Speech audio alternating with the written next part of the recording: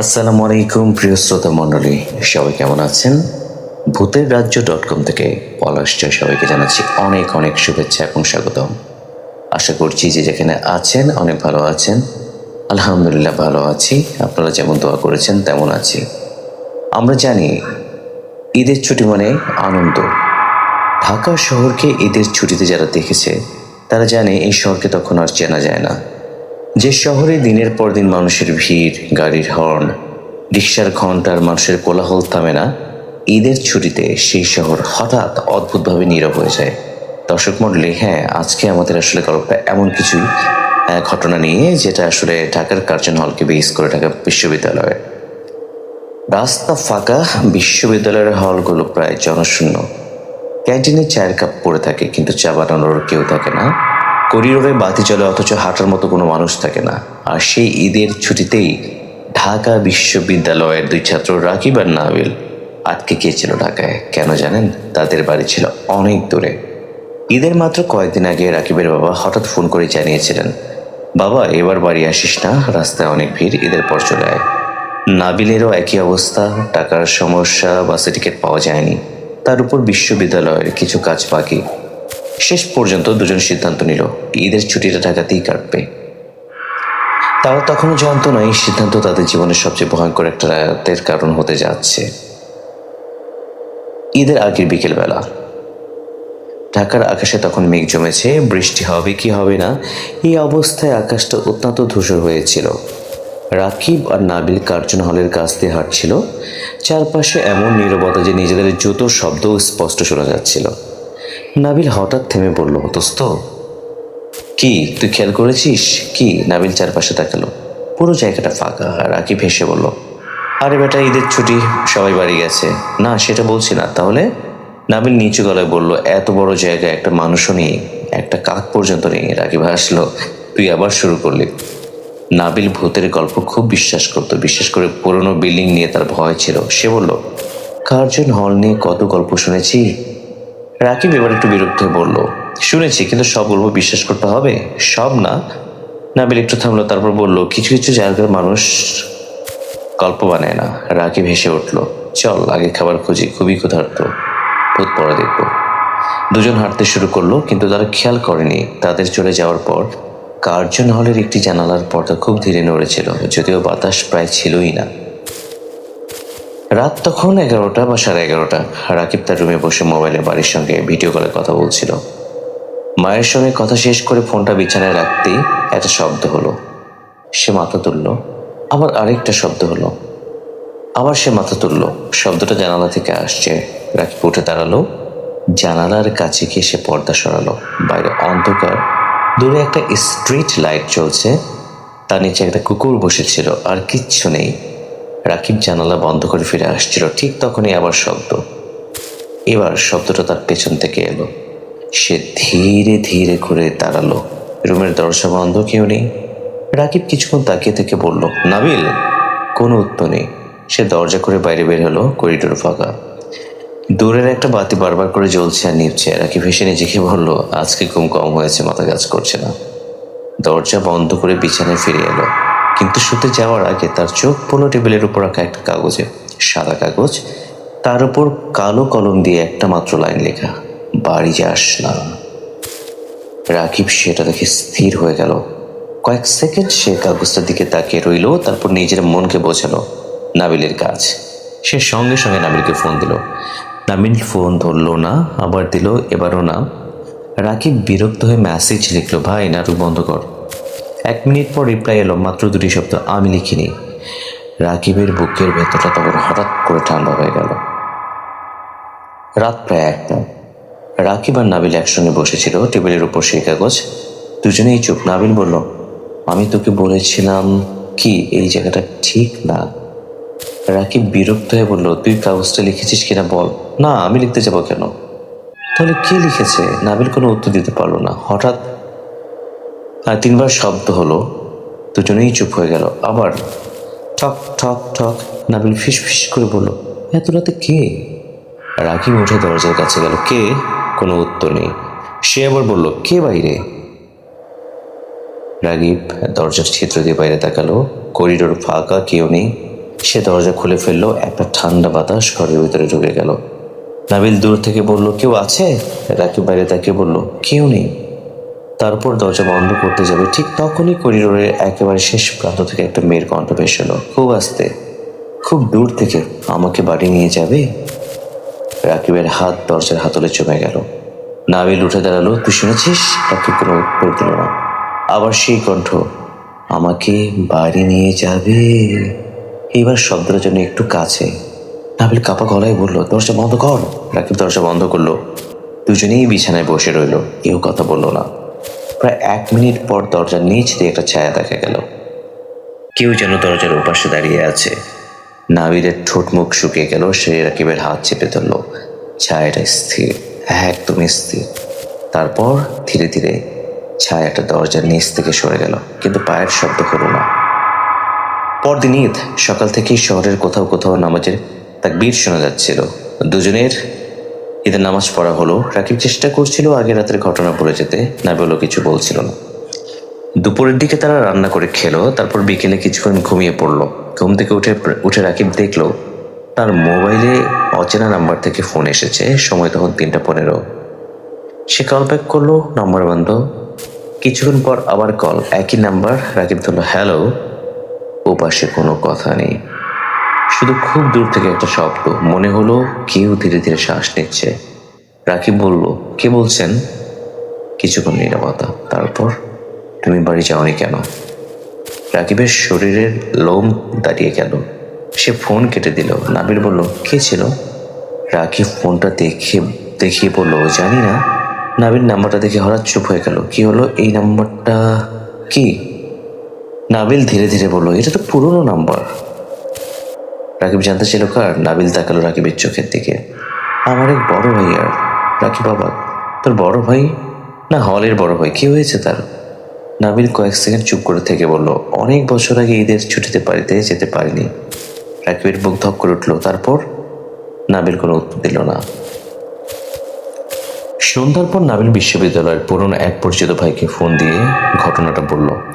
অনেকক্ষণ কথা বলার পরও ফোন রেখে সে বলল, একটা ঘটনা আছে। রাকিব তাকিয়ে রইল। কি ঘটনা? অনেক বছর আগে ঈদের ছুটিতে কয়েকজন ছাত্র ঢাকায় থেকে গিয়েছিল। তারপর তাদের মধ্যে একজন ছিল সাদমান ভাই। কি হয়েছিল তার? নাবিল নিচু গলায় বলল, সে নিখোঁজ হয়েছিল। রাকিব চমকে উঠল। নিখোঁজ? হ্যাঁ। কোথায়?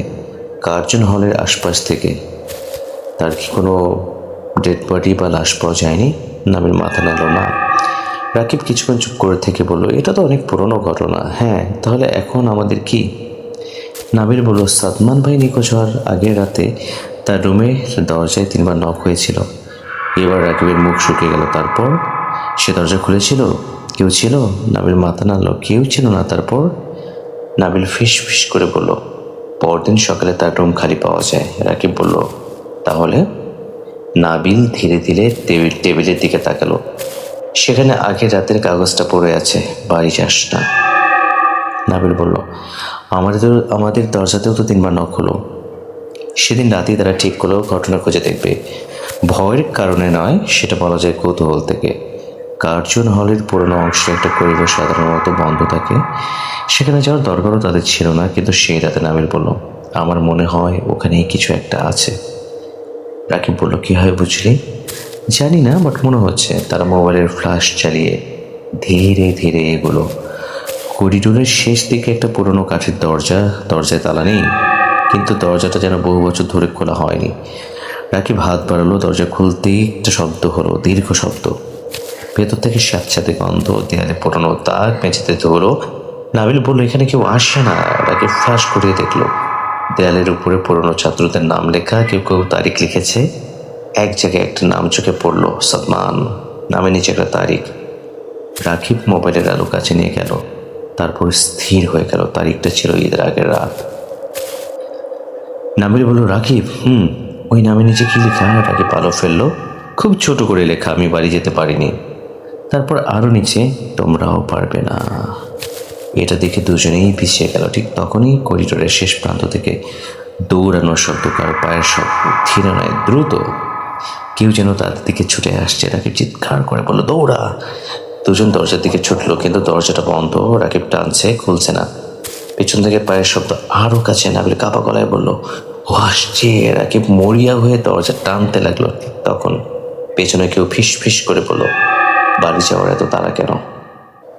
দুজন একসঙ্গে ঘুরে তাকালো, কেউ নেই, কিন্তু করিডোরের মাঝখানে একটা সাদা পাঞ্জাবি পড়ে আছে, ভেজা, মাটিতে কাদা লেগে আছে। তার ওপর একটা পুরনো বাসের টিকিট। টিকিটটা হাতে নিয়ে রাকিবের বুক কেঁপে উঠল। টিকিটের তারিখ বহু বছরের পুরনো, গন্তব্য ঢাকার বাইরে।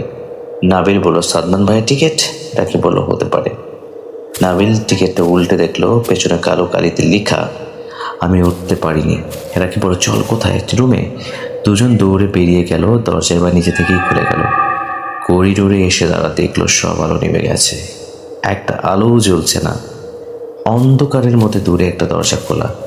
সেই দরজার ভেতর থেকে হালকা হলুদ আলো আসছে। রাকিব বলল, ওটা তো আমাদের রুম না। নাবিল তাকে বলল, না। দুজন কিছুক্ষণ দাঁড়িয়ে রইল। তারপর হঠাৎ সেই ঘর থেকে একটা শিশুর হাসির শব্দ এলো। কি বিভৎস সেই হাসির শব্দ! নাবিল রাকিবের হাত টেনে বলল, চল। তার আর পেছনে ফিরে তাকালো না। তখন রাত 3:17। রাকিব হঠাৎ ঘুম থেকে উঠে বসলো। কেউ যেন তার নাম ধরে ডাকছে, রাকিব। সে নাবিলকে জাগালো, শুনেছিস? নাবিল চোখ খুলল। কি? আবার শব্দটা, রাকিব। এইবার শব্দটা একেবারে জানালার কাছ থেকে। রাকিব ধীরে ধীরে উঠে দাঁড়ালো। জানালার পর্দা নড়ছে। সে এগিয়ে গেল। পর্দা সরাতেই তার বুকের ভেতরটা জমে গেল। জানালার ওপাশে একজন দাঁড়িয়ে আছে, সাদা পাঞ্জাবি, কিন্তু মুখ দেখা যাচ্ছে না, মাথা নিচু। রাকিব পিছিয়ে গেল। নাবিল বলল, কি দেখেছিস? রাকিব কথা বলতে পারছে না। লোকটা ধীরে ধীরে মাথা তুলল, মুখটা অন্ধকারে ঢাকা। তারপর জানালার কাছে একটা হাত রাখলো। হাতের আঙ্গুলগুলো অস্বাভাবিক লম্বা।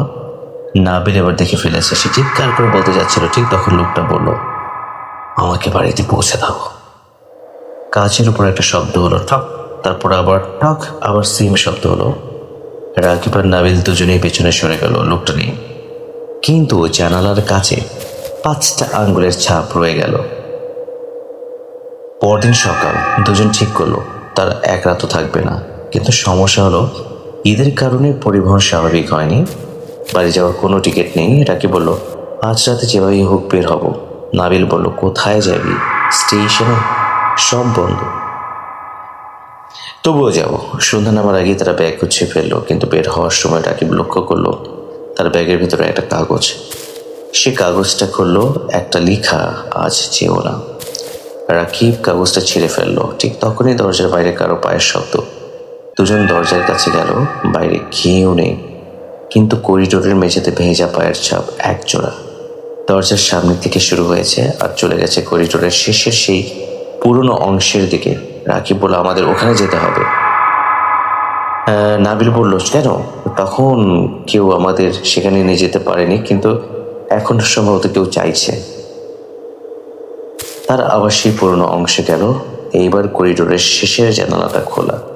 ভেতরে ঢুকতেই নাবিল দেয়ালের একটা অংশে হাত রাখলো। হঠাৎ ঠক করে একটা শব্দ হলো দেয়ালের ভেতর থেকে। রাকিব বলল, দেয়ালের ভেতরে কি কিছু আছে? তারা মোবাইলের আলো দিয়ে দেয়াল পরীক্ষা করলো। একটা কাঠের প্যানেলের পেছনে ফাঁকা জায়গা। রাকিব প্যানেলটা সরাতেই দেখা গেল একটা ছোট্ট ঘর। ঘরটা যেন বহু বছর ধরে বন্ধ। ভেতরে একটা পুরনো চেয়ার, একটা টেবিল, আর টেবিলের উপরে একটা ডায়েরি। নাবিল ডায়েরিটা খুললো। প্রথম পাতায় লেখা, যদি কেউ এই ডায়েরি পায় তাকে একটা কথা বলবো, ঈদের ছুটিতে এখানে একা থেকো না। দুজন নিঃশব্দে পড়তে লাগলো। ডায়েরির লেখক সাদমান। শেষ কয়েকটি পাতায় লেখা ছিল, প্রথম রাতে দরজায় 3বার শব্দ হয়েছিল। দ্বিতীয় রাতে জানালায় কেউ দাঁড়িয়েছিল।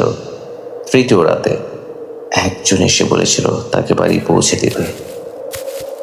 তারপর আমি বুঝেছি ও মানুষ না, আর একটি লাইন, ও শুধু তাদের দেখে যারা ঈদের সময় বাড়ি যেতে পারেনি। রাকিব ডায়েরি বন্ধ করে ফেললো। এটা অসম্ভব। নাবিল বলল, আরেকটা পাতা আছে, দেখ। শেষ পাতা লেখা, ওকে দরজা খুলে দিও না। তার নিচে, কারণ দরজার ওপাশে সে থাকে না। রাকিব থমকে গেল। মানে?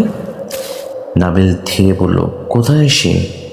তাহলে কোথায় থাকে সে? ঠিক তখন তাদের পেছনে দরজা বন্ধ হয়ে গেল, দাম করে। দরজা খুললো না। রাকিব দরজায় ধাক্কা দিল। গোল নামানোর চেষ্টা করলো, কোনো লাভ হলো না। ঘরটা অন্ধকার, শুধু মোবাইলের ফ্ল্যাশ। হঠাৎ টেবিলের উপরে ডায়েরি নিজে থেকেই খুলে গেল। পাতাগুলো উল্টাতে শুরু করলো দ্রুত। ফরফর ফরফর ফরফর করে যেন পাতা উল্টাতে লাগলো। তারপরে একটা পাতা এসে থামলো। নতুন একটা বাক্য দেখা গেল। আগে সেখানে কিছু লেখা ছিল না। কালো কালিতে ধীরে ধীরে অক্ষর ফুটে উঠেছে, তোমরা দুজন কেন? এই লেখাটা দেখে রাকিবের গলা শুকিয়ে গেল। আরেকটি লাইন ফুটে উঠল, একজনই কি যথেষ্ট ছিল?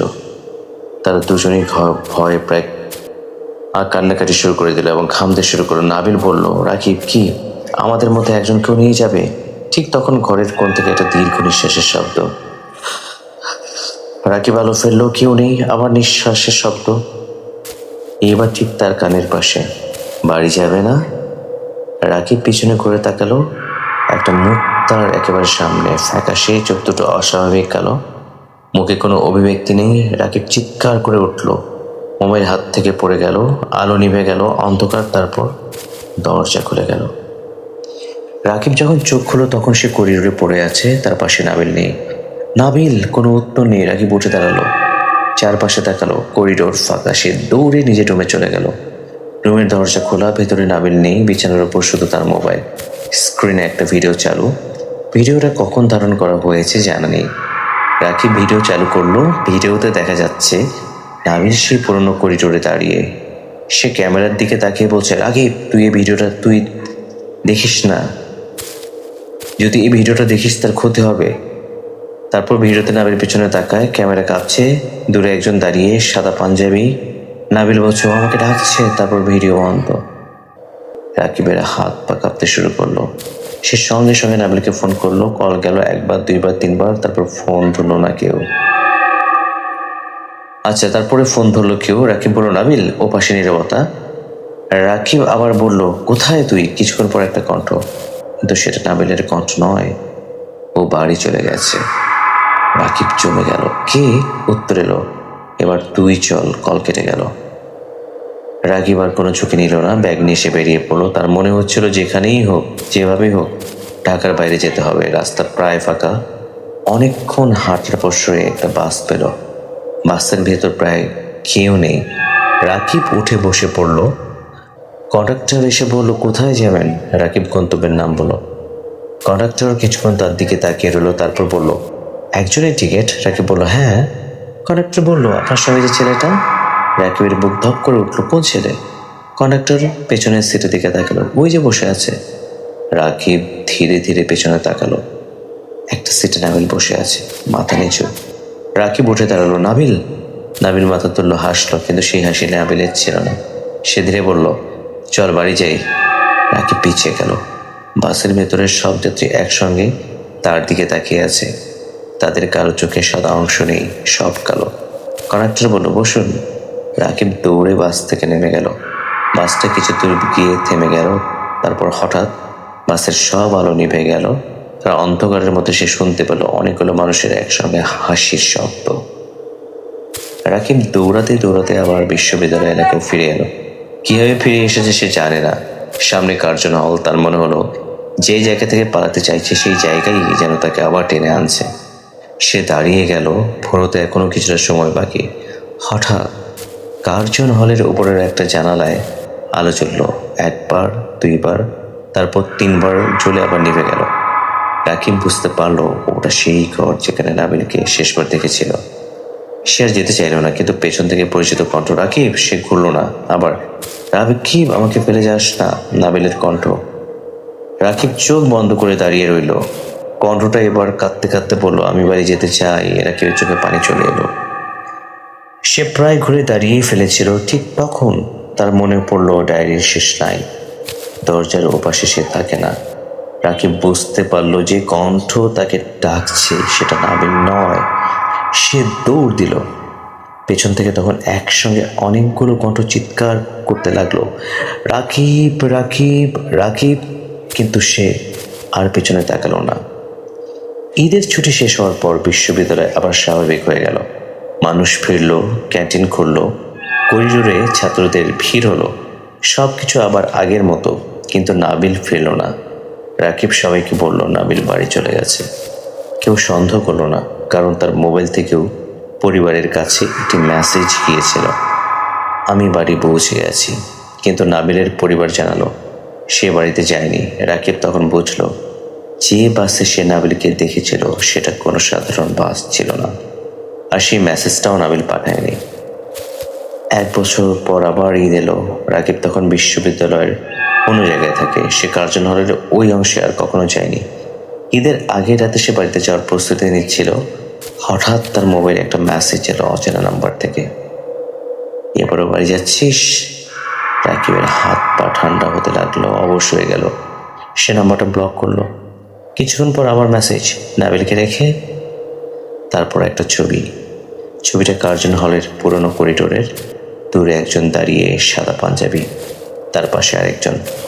রাকিব ছবিটা জুম করলো, তার বুকের ভেতর যেন কেউ বরফ ঢেলে দিল।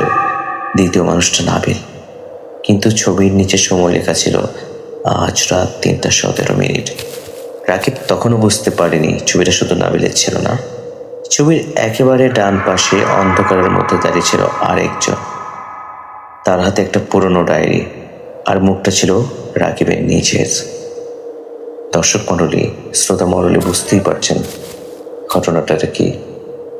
আসলে আমাদের সাথে যদি আপনি থাকতে চান, অশরীরীর গল্প শুনতে চান, তাহলে চ্যানেলটি সাবস্ক্রাইব করে ভূতেরাজ্য.com এবং পলাশয়ের সাথে থাকুন। তাহলে সুন্দর সুন্দর গল্প শুনতে পারবেন, এবং অবশ্যই শেয়ার করতে ভুলবেন না। বছর কয়েক পর বিশ্ববিদ্যালয়ের পুরনো কিছু নথি ঘাটতে গিয়ে একজন গবেষক একটি ডায়েরি খুঁজে পান।